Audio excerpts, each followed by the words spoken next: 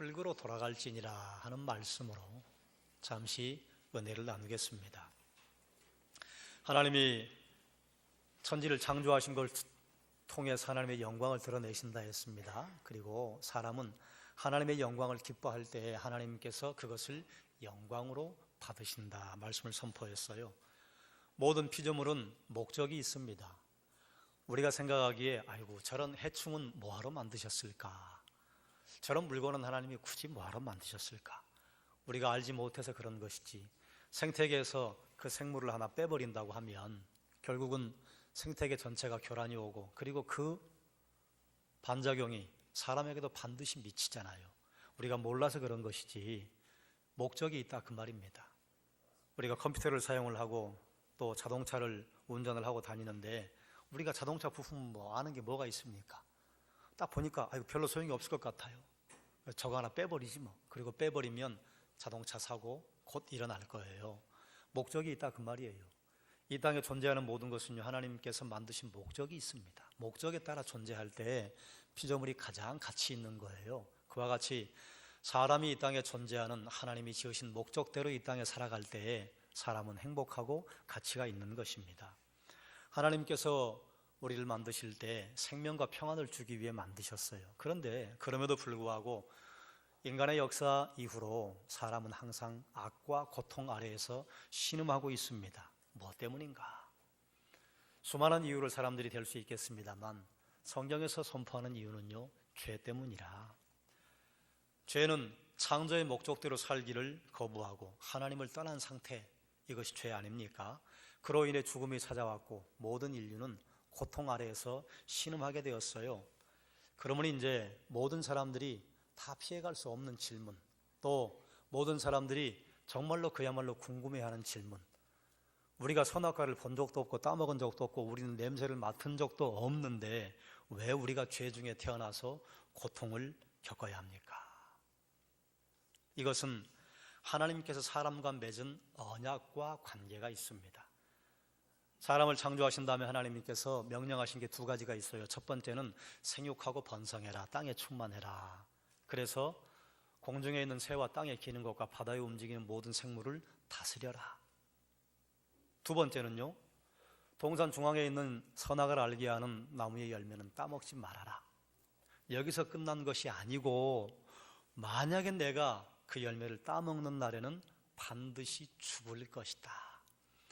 첫 번째 하신 명령을 문화명령이라고 하고 두 번째 하신 명령을 종교의 명령이라고 하는데요, 문화의 명령은 선포하시고 끝.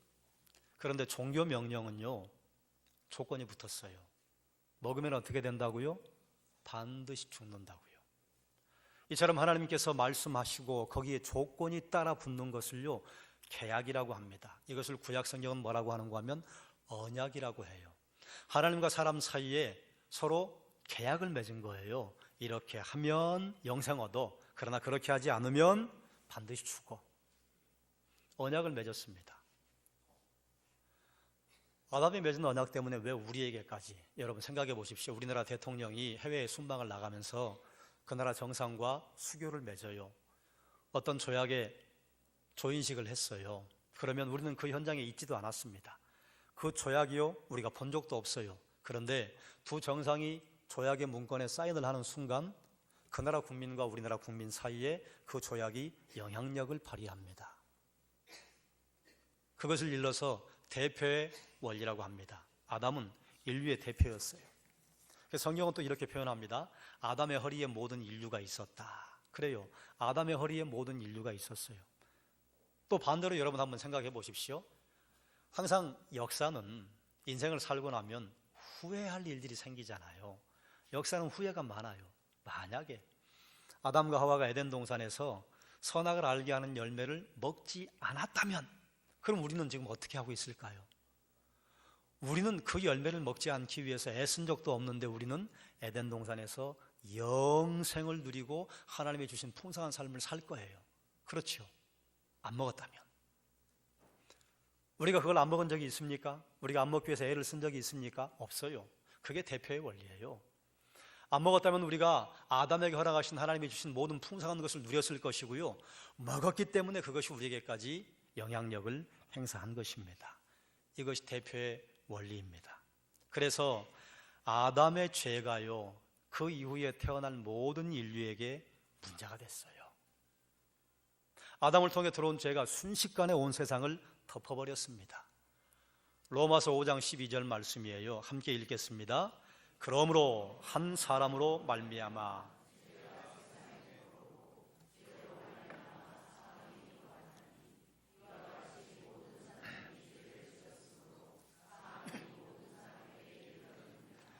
아멘.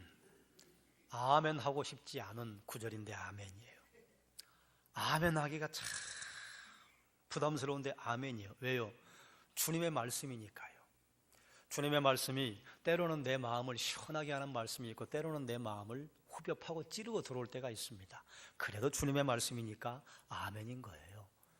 여러분, 오래전에 서초구에 있는 우면산이 비가 굉장히 많이 왔을 때 그 산이 돌산이 아니라 토사로 덮인 산이라 그 산이 물을 머금고 있다가 견디지 못해서 토사가 쓸려 내려왔잖아요. 그때 그 아래쪽에 있던 사람들이 아닌 밤중에 홍두깨 갑자기 비명 행사한 사람들이 얼마나 많이 있습니까? 토사가 쓸려 내려올 때 예수 믿으니까 구원받고 예쁘니까 거기서 살아나고 아직 어리니까 살아나고 그런 게 있습니까? 아니에요. 토사가 밀고 들어오면요 구분하지 않습니다. 죄가 들어왔다고 하는 것은요 죄가 우리의 마음 문을 두드려서 빼꼼히 열고 들어온 게 그게 아니에요. 토사가 한번 쓸려 내려오면요 예외가 없습니다. 뚝이 터져서 홍수에 물이 밀려 들어오기 시작하면요 예외가 없습니다. 죄가 여기에 들어왔다고 하는 것은요 문 열고 하나하나 들어왔다는 게 아니라 순식간에 가뭄이 온 세상에 영향력을 행사하고 홍수가 터져서 물이 범람해서 온 세상이 멸망해버린 것처럼 죄가 온 세상을 흩어버리고 덮어버렸다 그 말입니다. 그게 죄가 세상에 들어온 거예요. 예외가 없어요. 어떤 사람도 그 죄로부터 자유할 수 있는 사람이 없습니다. 죄가 순식간에 온 세상을 덮어버렸어요. 그 결과 이 세상에 태어나는 모든 사람이요 그 어느 누구 하나 예외 없이 죽음의 종로로 타게 되었습니다. 그런데 이 죽음이 들어오면서요 심각한 문제가 발생이 되었는데요 모든 관계가 파괴돼 버렸어요. 뭐 어느 것 하나 건질 수 있는 게 없게 돼 버렸습니다. 어떤 파괴가 왔는가 하면 첫 번째 하나님과의 관계가 파괴됐어요. 따라하십시다. 하나님과의 관계 파괴. 인간은 원래 하나님을 즐거워하고 그분 때문에 내가 생명을 누리고 있지 이런 생각을 하면서 하나님을 주인으로 고백하고 살아가도록 하나님께서 만드셨어요. 그런데 인간이 하나님이 되려고 시도를 했습니다. 그 교만한 시도 때문에 이 땅을 다스리는 아름다운 지위를 잃어버리게 되었습니다. 그러니까 하늘의 자원이 막혀버렸죠. 하늘의 자원이 공급되는 통로가 막히니까요 죽음이 찾아왔습니다. 죽음이 찾아온 인간이요 그 뒤로 참 안타까운 일이 벌어졌어요. 고통스러운 일이 생기면 찾아가서 의논하고 의지할 분이 계시는데 그분을 찾아가지 않고 인간 스스로의 힘으로 그 고통의 문제를 해결해 보려고 돈분서주하게 되었습니다. 아무도 하나님을 찾지 않았어요. 그러면 동분서주하면 해결책을 찾을 수 있는가? 불가능하다 그 말이에요. 찾을 수 없어요. 그래서 하나님과의 관계가 파괴돼서 그분을 찾지도 않고 그분에게 나가지도 않고, 두 번째, 사람과의 관계가 파괴되었습니다. 따라하십시다. 사람과의 관계 파괴. 선악을 알게 하는 열매를 따먹기 전에 아담은요 하와를 찬양했어요. 이는 내 뼈 중에 뼈요 살 중에 살이로다. 그런데요 선악을 알게 하는 열매를 먹은 다음에는요 하와를 주신 하나님이 원망스럽기 짝이 없어요. 뭐 이렇게 얘기하는 거예요. 하와만 아니었으면 내가 이런 꼴을 안 당했을 텐데 책임을 전가했잖아요. 선악을 알게 하는 열매를 먹기 전과 후가 이렇게 달라요. 먹기 전은요 함께 했기 때문에 그게 행복이었습니다. 먹은 다음에는요 함께 하니까 괴로워요. 그뿐만 아니라 그것이 두 사람에게만 끝나버렸으면 참 좋겠는데 그 자녀 때 바로 나타납니다. 형제가 서로 생명을 빼앗는 살인이 일어나잖아요. 그리고 이런 죄의 오염이요 자손 대대로 전해집니다. 여러분 주변을 한번 보십시오. 주변을 본다고 하면 멀리 볼 것 없어요. 여러분과 함께 살고 있는 여러분의 배우자, 그리고 부모님, 자녀들, 본래 마땅히 사랑하며 살아야 할 수많은 사람들이 얼마나 말할 수 없는 갈등과 분쟁을 겪고 살아가고 있습니까? 사람은요, 누가 가르쳐주지 않아도 관계를 깨는 건 너무너무 잘합니다. 배우지 않아도 돼요. 왜요? 내 마음에 맞게만 하면요, 모든 관계는 깨져요. 그런데 어른이 된다고 하는 것은 내 뜻대로만, 내 마음대로만 할 수 없잖아요. 그래서 성숙한 사람, 어른이 된 사람, 그리고 이런 건 배워야 돼요. 다른 사람과 관계를 깨지 않으려면요, 그 방법을 배워야 합니다. 그런데 그럼에도 불구하고 관계가 건강하게 유지가 되는가? 아니에요. 잠깐 유지했다가 또 깨지잖아요. 아무리 배워도 파괴된 관계를 다시 회복할 수 있는 길은요, 죄송하지만 없습니다. 죄의 결과입니다. 죄의 결과 세 번째, 자연과의 관계가 파괴되었습니다. 따라하십시다. 자연과의 관계 파괴. 자연재해가 언제부터 이 세상에 들어왔을까요? 대표적인 자연재해는 노아의 홍수 아닙니까? 그런데 자연의 재해가 온다고 하는 것을 하나님께서 정보를 주셨어요. 아담과 하와가 선악을 알게 하는 열매를 따먹은 다음에 하나님이 아담에게 뭐라고 하세요? 땅은 너로 말미암아 가시와 엉겅퀴를 낼 것이다. 그 전에 땅은 무엇을 냈어요?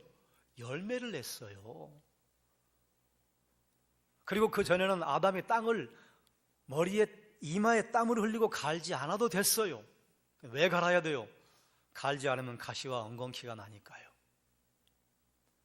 예전에 시골에서 밤 내보신 분들은 알잖아요. 엄마들이 이런 말을 하세요. 돌아서면 잡초가 무성하대요. 그만큼 무성했어요. 비료가 없던 시절에 호미로 아무리 잡초를 파내도 그 다음날 가보면 도대체 어디서 이렇게 자랐는지 숲으로 우거져 있잖아요. 가시와 엉겅퀴를 내요. 그게 왜요? 죄 때문에요. 그 인과관계를 설명할 수 있습니까? 몰라요. 아직 그걸 밝혀낸 사람은 없어요. 그러나 성경은 말하고 있어요. 아담과 하와가 범죄한 것 때문에 땅이 가시와 엉겅퀴를 낸다. 아담이 범죄하기 전에요, 자연재해라고 하는 것은 없었습니다. 자연은 인간과 서로 긴밀하게 연결되어 있고, 그리고 유기적으로 연결돼서 교통하고 대화하고 살았어요. 그런데 죄가 들어온 이후에 인간은 자연을 짓밟고 파괴하기 시작했습니다. 왜요? 이 원수 같은 가시와 엉겅퀴가 자연의 땅에서 나오니까요. 그래서 그걸 밟는 것을 소명으로 알았는데요, 그런데 그렇게 하면 자연이 질 줄 알았어요. 그렇게 자연을 짓밟아 놨더니요, 깨진 자연의 균형이요, 이제는 사람을 죽이겠다고 다가오는 게 자연재해 아닙니까? 인간이 자연을 짓밟고 자연은 또다시 인간을 짓밟는 이 관계의 파괴가 인간과 자연 사이에 생겨난 것이 무엇 때문인가? 죄 때문이다, 그 말이에요. 마지막으로 이건 참 안타까운 건데요, 자신과의 관계가 죄 때문에 파괴되었습니다. 따라하십시다. 자신과의 관계 파괴. 죄를 지어서 하나님과 관계가 단절이 되었어요. 그런데 신기하게도 인간에게 귀신 들림, 자기 학대, 열등감, 자기 분열. 여러분, 싱크홀 이제는 우리에게 낯선 단어가 아니잖아요. 갑자기 송파구에서 땅이 꺼지고, 일산에서 땅이 꺼지고, 그러니 우리가 이 밟고 서 있는 땅이 언제 꺼질지 모르는 위험천만한 세상을 살고 있습니다. 한 20년 전만 해도요, 싱크홀, 그게 뭐야? 그런 게 왜 생겨? 우리 그랬어요. 해외 토픽에서나 갑자기 봤어요. 미국 어디에서, 유럽 어디에서 갑자기 막 운동장 하나만큼 큰 구멍이 생겼다더라. 그럼 우리는 참 신기하기도 하여라 이러고 구경했다, 그 말이에요. 그런데 지금은요, 국내에서 일어나는 사건이 되었어요. 본래 땅은 밑에서 지하수가 흐르면서 딱 받치고 있어야 되는데 여기저기서 워낙 많이 물을 빼버리니까요, 받치고 있어야 될 밑에 지반이 약해지니까 푹푹 꺼지는 거 아닙니까? 그런데 이것이 자연에만 있는가? 아니에요. 사람에게도 있어요. 우리 사람의 속에는요, 하나님으로 채워야 할 종교의 자리가 있습니다. 하나님을 아는 지식으로 꽉 채워져야 되는데요, 이게 채워져 있지 않으니까요, 뻥뻥 구멍이 뚫리는 거예요. 그래서요, 인간의 인간됨이 무너져 버려요. 인간의 인간됨이 푹 꺼져 버려요. 그래서 겉모습은 사람인데, 아이고, 저게 겉만 사람이지 저게 짐승이지 사람인가? 왜 저럴까? 그런 사람들이 지금 계속해서 우리 주변에 나타나고 있잖아요. 이걸 지질학자들은 함몰증후군이라고 했습니다. 꺼져버려요. 밑에 물이 있어야 되는데 물이 빠지면요, 꺼져버려요. 하나님을 아는 지식이 있어야 되는데 하나님을 아는 지식이 없으니까요, 꺼져버려요. 인간의 인간됨을 하나님께로부터 받아야 되는데요, 인간의 인간됨으로 그 사람의 속성이 채워지지 않으니까요, 꺼져버려요. 가라앉아버려요. 가라앉아서요, 귀신 들려요. 가라앉아서 자기가 자기를 학대해요. 가라앉아서 열등감에 빠져요. 심리학자들은 열등감이 어디서 오는가? 부모님께로부터 온다고 가르쳐요. 맞아요.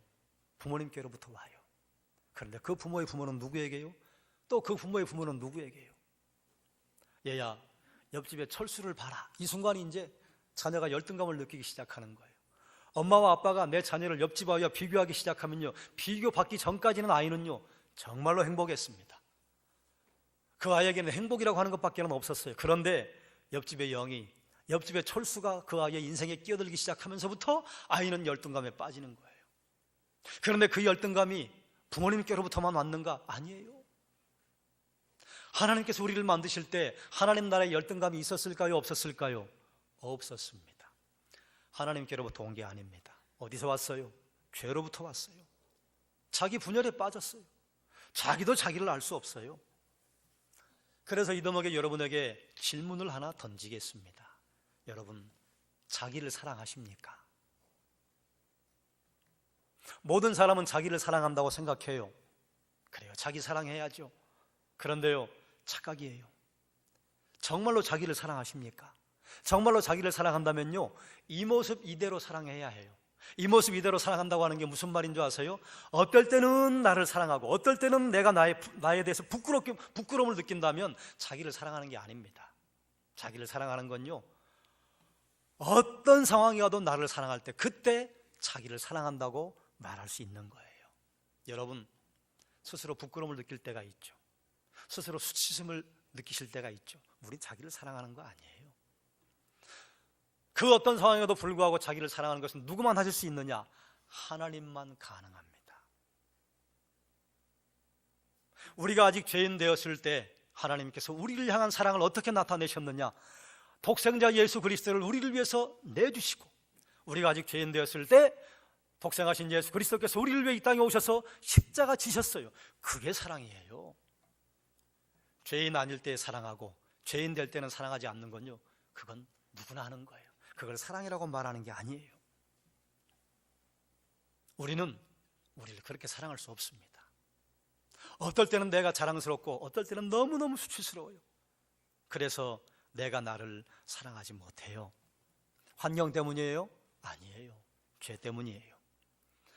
하나님과 연결돼야 할 고리가 끊어져 버렸기 때문에, 하나님으로 채워져야 할 우리의 자리가 텅 비어있기 때문에요, 여기저기가 푹푹 꺼지는 것입니다. 그래서 수없이 많은 관계들이 파괴되었어요. 이 관계를 어떻게 회복해요? 사람의 힘으로는 회복할 길이 없어요. 왜 이렇게 수많은 관계들이 파괴되었습니까? 죄 때문이에요. 죄는 두 가지로 구분을 합니다. 따라하십시다. 원죄와 자범죄. 아담이 지은 죄를 원죄라고 해요. 이제 여러분 더 이상, 아니 나는 선악과를 구경한 적도 없는데 내가 왜 아담의 원죄 때문에, 이런 말을 하실 필요가 없습니다. 원죄 때문에요. 죄에 대한 책임과 그로 말미암아서 전 인류가, 아니 온 세상이 순식간에 오염이 되었습니다. 죄의 책임이 뭐예요? 죽음이에요. 죽음이 찾아오고 죄가 찾아오고 나서요, 모든 사람의 영혼이 오염되었습니다. 그래서 사람은 선천적으로 악합니다. 자, 절 보세요. 옆에 있는 분에게 한번 얘기해 보십시오. 선천적으로 악하시죠?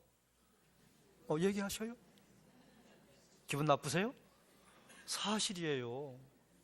선천적으로 악해요. 성선설, 성악설 이야기를 하는데요, 성경적인 시각은요, 사람은 악하답니다. 그걸 뭐라 해요? 이 세상에 의인은 없나니 하나도 없다. 하나도 없다 그 말이에요.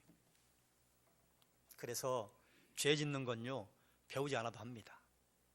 선한 일은요 배워야 가능해요. 교육해야 가능해요. 사람이 악하다는 증거입니다. 원죄와 자범죄 때문에 세상은 점점 더 타락해 갑니다. 사람 안에 선한 것이 없기 때문에요 어떤 희망도 찾을 수가 없습니다. 그래 인간은 이런 상태에서 행복을 찾기 위해서 수없이 많은 시도를 했어요. 정치를 잘하면 악과 고통에서 해방되겠다. 그래서 수많은 정치 제도를 도입을 하고 수많은 정치를 시도를 했습니다. 그런데 우리는 지금 뭐라고 얘기해요? 그 어떤 것도 대안이 될 수 없어요. 여러분, 우리 장로님도 기도하셨지만 지난 한 주간 참 우리나라에는 창피스러운 일이 있었잖아요. 이 가운데는 박근혜 전 대통령 탄핵을 찬성한 분도 있고 반대한 분도 있을 거예요. 여러분, 탄핵이 찬성이 되면 그러면 새로운 세상이 올까요? 죄송합니다만 그런 일은 없을 겁니다.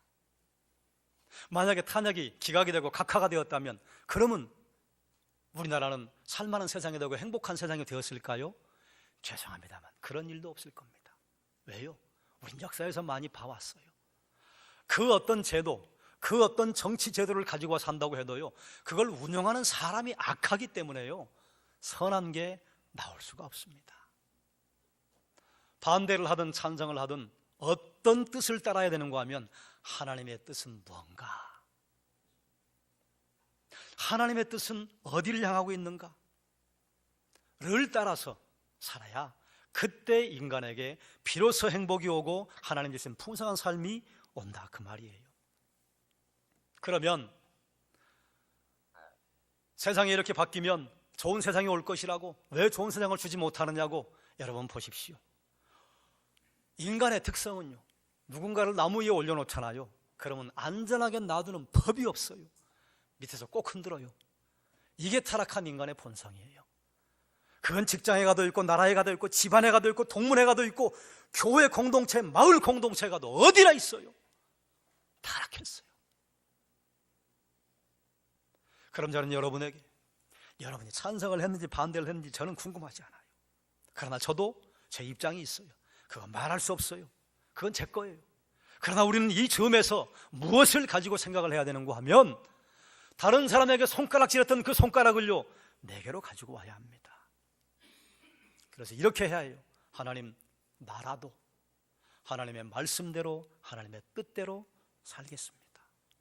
그게 하박국 2장 14절이에요 무화과 나무 열매가 없고 포도나무에 열매가 없고 외양간에 소가 없을지라도 나는 여호와를 인하여 즐거워하겠습니다. 하나님, 우리 민족이 다 망했습니다. 그런데 제가 의인인 줄 알았는데 저도 의인이 아니네요. 저 그저 하나님 즐거워하고 하나님 기뻐하고 하나님께 영광을 돌리며 살겠습니다. 그래 여러분 한 사람 한 사람이 이 민족의 뿌리를 받고 있는 그리스도인 한 사람 한 사람이 내가 살고 있는 여기 이 자리에서 하나님의 뜻을 따라가고 예수 그리스도 따라가면요 그때 소금이 되고 빛이 되는 거예요. 그때 대한민국은 살만한 세상이 되는 것입니다. 누가 정치에서 사람들을 인도하고 누가 정치를 훌륭하게 하면 살만한 세상이 되는 게 아니에요. 우리는 얼마나 많이 속아왔습니까? 또 속지 마세요. 뭐 해야 돼요? 여러분이 살고 있는 그 자리에서 그리스도인으로 소금과 빛의 역할을 감당하면 되는 거예요. 그리고 뭐 해야 돼요? 그리고 기도해야 돼요. 하나님, 누가 이 나라의 지도자가 되든지 여러분 보십시오. 4년 뒤에 지금과 똑같은 일 벌어질 겁니다. 저는 예언할 수 있어요. 왜요? 지금까지 계속 그랬어요. 털어먼지 않는 사람이 어디 있습니까? 정치를 하겠다고 정치판으로 들어가는 사람, 깨끗하고 청빈한 사람 누가 있습니까? 없어요. 그런데 누가 누구를? 바뀌어도 똑같아요. 계속해도 똑같아요. 오직 살 길은 뭐예요? 예수 그리스도 따라가는 거예요. 오직 예수 그리스도의 말씀 따라서 하나님, 나라도 내가 여호와를 즐거워하겠습니다.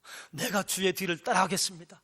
그럴 때 숨쉴 만한 세상이 되는 것입니다. 경제 제도가 바뀌면 악과 고통에서 해방될 거라고 생각을 했어요. 공산주의요, 지금 여러분 치를 떨잖아요. 그런데 원래 공산주의 이론은요, 굉장히 좋은 겁니다. 얼마나 좋아요. 같이 벌어서 같이 쓰자. 그런데 그게 가능해요? 절대로 가능하지 않아요. 나만 쓰고 싶어요. 그게 사람의 타락한 본성이에요. 저 밑바닥에요, 내가 하나님 되고 싶은 마음이 있는 거예요. 그래서 그 모든 특권을 공산당이 누리고요, 저 꼭대기에 있는 지도자만 누리고요, 그 외 모든 인민들은요 다 평등하게 거지잖아요. 자본주의가 되면 살만합니까? 빈익빈 부익부. 그래서 여전히 나그네와 고아와 과부는 헐벗고 있어요. 수종 자본주의가 되면 그러면 해방이 되고 이 땅에 살만한 세상이 될까요? 아니에요. 그 어떤 경제제도를, 그 어떤 학자가 그럴듯하게 만들어도요, 예수 그리스도가 그 사람 안에 있지 않으면요, 고아와 과부와 나그네를 자본이라고 하는 이름으로 핍박하고 피를 빨아먹습니다. 공산주의라고 하는 이름으로 피를 빨아먹습니다. 수종 자본주의라고 하는 이름으로 사람들을 빨아먹어요. 안 그래요? 예수 그리스도가 그 사람 속에 있지 않으면요, 그 사람이 아무리 그럴듯한 이론을 가지고 와도요, 거기에 소망이 없습니다. 죄로 인해서 하늘의 자원이 끊어지니까 인간들은요, 영적인 궁핍합, 영적인 부족을 메우기 위해서 땅의 자원을 놓고 서로 투쟁해요. 땅의 자원은 정해졌어요. 이걸 누가 가져갈 것이냐. 한 개 가져가면 한 개가 부족해요. 그래서 사람들은 어떻게 이것을 얻으려고 하느냐. 우리 이거 서로 사이좋게 나눠 가질까?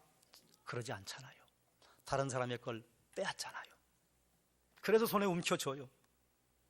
서로 가진 것을 나누었으면 될 텐데 인간은 그렇게 하지 못합니다. 여기 있는 우리는요, 역시 우리도 마찬가지입니다. 그래서 인간이 살고 있는 세상을 우리가 솔직하게 바라보고 솔직하게 묵상하면요, 절대 절망이에요. 길이 없어요. 수많은 사람들이 코리안 드림을 꿈꾸고 동남아에서 아프리카에서 한국을 와요. 이 나라 드림이에요? 어떤 사람은 드림을 봐요. 어떤 사람은요, 치가 떨리는 경험을 하고 대한민국을 떠납니다. 얼마 전에 우리 대한민국 사람들은 아메리칸 드림을 꿈꾸고 미국으로 갔잖아요. 미국 가면 거기가 드림이에요? 아니에요. 드림 아니에요.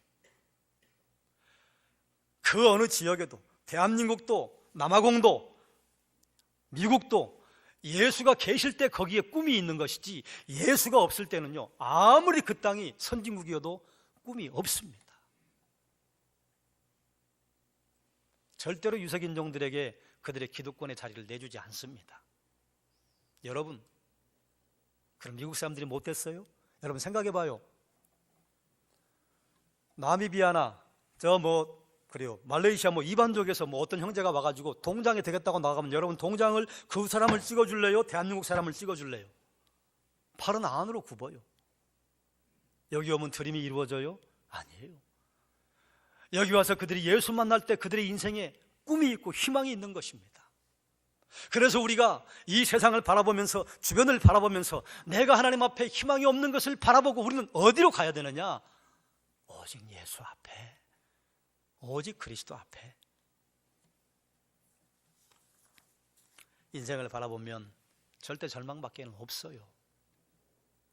그러면 이렇게 절대 절망밖에 없기 때문에 인간은 절망 속에서 생을 마감해야 되는가? 아니에요. 감사하게도 하나님께서 우리에게 길을 열어주셨어요. 여러분, 가끔 이제 여자아이들이 태어나면 일정한 나이가 되면 이제 엄마의 화장대를 탐내기 시작하잖아요. 보암직도 하고 먹음직도 하고 예쁘게 할 만큼 탐스러워 보이기 때문에 엄마가 나가시기를 기다렸다가 모든 걸 찍어 바르기 시작하잖아요. 그러면 이제 그 아이에게 네가 알아서 치워, 그럼 아이가 치울 수 있어요, 없어요? 못 치워요. 누가 치워줘야 돼요? 엄마가 치워줘야 돼요. 아담과 하와가 보기에 먹음직스럽다, 지혜롭게 할 만큼 탐스러워 보인다, 보암직스럽다, 먹어버렸어요. 그 뒤에 문제를 해결할 수 있어요, 없어요? 없어요. 누가 하셔야 돼요? 하나님이 하셔야 돼요. 하나님께서는 우리를 버려두지 않으시고 그걸 청소하는 일을 시작을 하셨어요. 그래서 하나님께서 절대 절망에 갇혀버린 아담에게 은총을 베푸신 게 있습니다. 그 무엇이냐? 육체의 죽음을 유보하신 거예요. 따라하십시다. 육체의 죽음 유보. 하나님 분명히 언약하셨어요.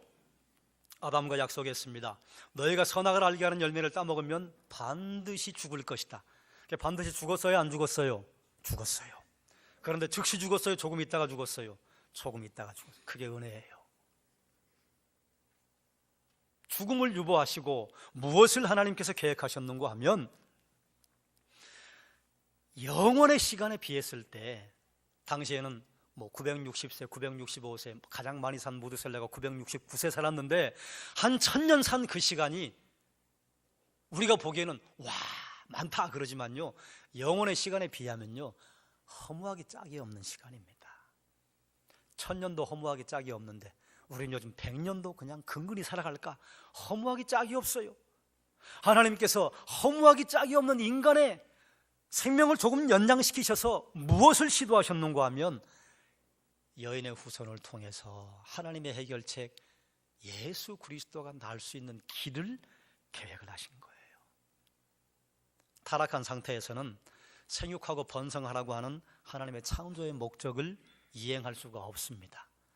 타락한 사람은 절대로 생육하고 번성한 걸 허락하지 않습니다.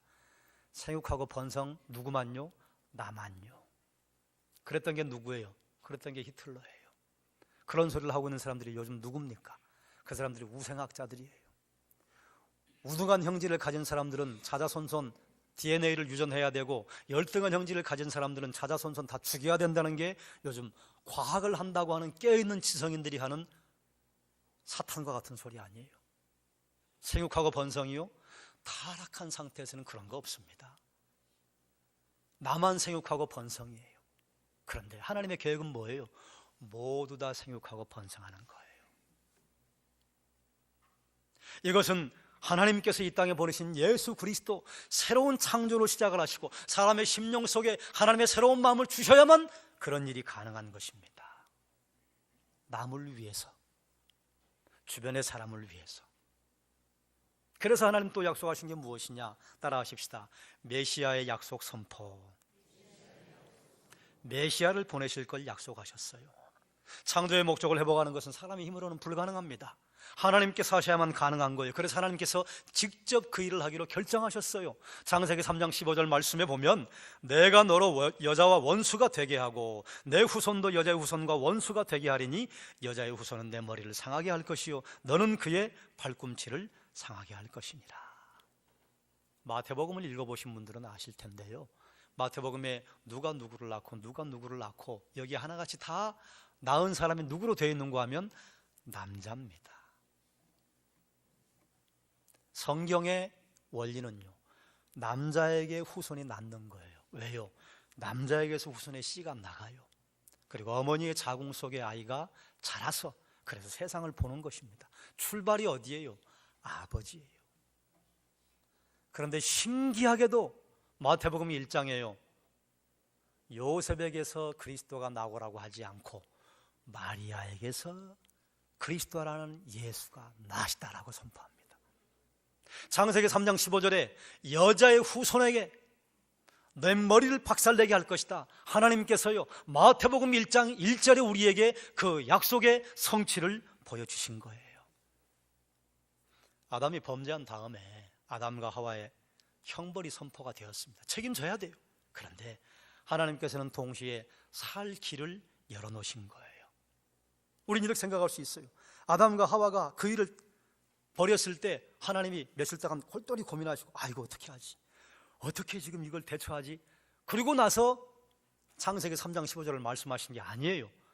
아담과 하와에게 말을 들으시자마자 말씀을 선포하신 거예요. 그러면요, 하나님의 속성 가운데 전능하심과 전지하심이 있습니다. 모든 걸 아신다는 거예요. 과거도 아시고 오늘도 아시고 미래도 아시고. 그래서 이걸 깨달은 성경 기자들은요, 내가 모태에서부터 하나님의 계획하심을 받았고, 내가 태어나기 전부터 하나님의 예비하심을 받았고, 이것을 사도 바울은 하나님이 창세전에 우리를 예정하시고, 그래야 하나님의 성품이 맞습니다. 하나님은 아담이 하와가 넘어질 걸 아셨어요. 그럼에도 불구하고 아담과 하와에게 자유의지를 주셨기 때문에 기다려주신 것입니다. 그런데 여지없이 넘어졌어요. 그래 하나님요, 살 길을 만드신 것입니다. 사랑하는 여러분, 하나님께서는 인간 스스로를 구원할 힘과 능력이 없는 것을 아시고 여인의 후손을 통해서 메시아를 보내시기로 작정하신 거예요. 이 세상에, 절대 절망의 이 세상에서 우리에게 희망은요, 우리의 살 길은요, 오직 주님 보내신 예수 그리스도, 그분 붙잡고 그분 안에 우리가 들어가는 것들밖에는 없는 것입니다. 그렇지 않으면 흙으로 돌아가고 그걸로 끝이에요. 우리의 영혼이 나중에 우리의 육체와 결합이 되었어요. 영원토록 고통받는 자리로 들어갈 것입니다. 그런데 하나님 그걸 즐거워하시는 분이 아니에요. 모든 사람이 예수 믿고 구원받기를 원하시는 게 하나님의 뜻입니다. 말씀을 정리하겠습니다. 죄의 시작은요, 아담의 범죄입니다. 그런데 창세기 3장 1절에 보면요, 뱀이 여인에게 다가와서 유혹해요. 먼저 영적인 세상에서 타락이 있었어요. 이 타락이요, 아담을 유혹하고 하와를 유혹한 것입니다. 지금도 이 타락은요, 끈질기게 이 땅의 사람들을 제물로 삼고 있습니다. 우리가 예수 믿은 다음에도 우리를 넘어뜨리기 위해서 얼마나 수없이 많은 죄의 유혹이 있습니까? 그런데 우리가 감사한 것은요, 넘어져요. 그런데 우리에게는 다시 일어날 수 있는 방법이 있는 거예요. 어떻게 해요? 하나님 앞에 무릎 꿇고 우리의 죄를 고백하면요, 하나님께서 우리 죄를 사하시고 모든 불의에서 우리를 깨끗하게 하신다 하셨잖아요. 은혜지요.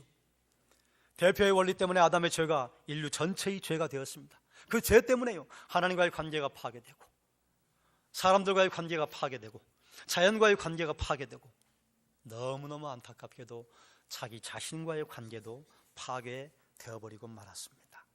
자기를 사랑할 수 있는 가장 확실한 지름길이 무엇인 줄 아십니까? 하나님 앞에 서는 겁니다. 하나님의 날 만드셨다고 하는 그 말씀을 내 것으로 삼는 것입니다. 나는 하나님의 작품이라고 하는 것을 내 것으로 삼는 것입니다. 그래서 하나님의 형상을 닮은 내가 가치가 있고 존귀한 것입니다. 그렇지 않으면요, 자기를 사랑할 길이 없습니다. 원죄 때문에 죄에 대한 책임과 영혼의 오염이 후손에게 전달돼서 모든 인간은 선천적으로 악합니다. 악으로 오염된 인간들의 자범죄 때문에 세상은 점점 타락합니다. 여러분, 전쟁의 소문을 들으시고 극악무도한 사람들의 살인의 소문을 들으시지요? 주님이 오시는 날까지 이 강도가 점점 더 더해질 겁니다. 우리가 깜짝깜짝 놀랄 만한 흉악한 범죄들이 더 늘어날 거예요. 왜요? 죄는요, 점점 더 커지고 죄는 점점 더 흉포해질 것입니다. 그러므로 이 시대에 우리가 하나님 앞에 살 길은요, 오직 예수 그리스도 앞에 나오는 거예요. 인간은 고통에서 해방되어 보겠다고 정치와 경제와 철학과 다른 종교들을 통해서 해방을 시도했어요. 그런데 우린 지금 알잖아요. 모든 시도가 다 허사가 되었습니다. 왜요? 사람 속에 선한 게 없어요. 그런데 선한 것이 없는 사람이 어떤 제도를 가지고 나온다고 해서 거기서 선한 일을 일궈낼 수 있겠습니까? 불가능합니다. 인간의 힘으로는 스스로를 구원할 길이 없어요. 그러나 하나님께서 인간을 위해 은총을 베풀어 주셨어요. 인간의 육체의 죽음을 유보하시고 메시아를 인간의 생명을 통해서 보내주기로 결정하셨던 것입니다. 하나님이 창조하신 세상, 인간은 타락해서 오염시켜버렸는데 하나님은 그걸 그대로 놔두지 않으시고 구원을 계획하셨어요. 그러므로 사람이 악과 고통에서 해방되어 영생을 얻는 길은요, 하나님께서 보내주신 예수 그리스도 앞에 서는 것입니다.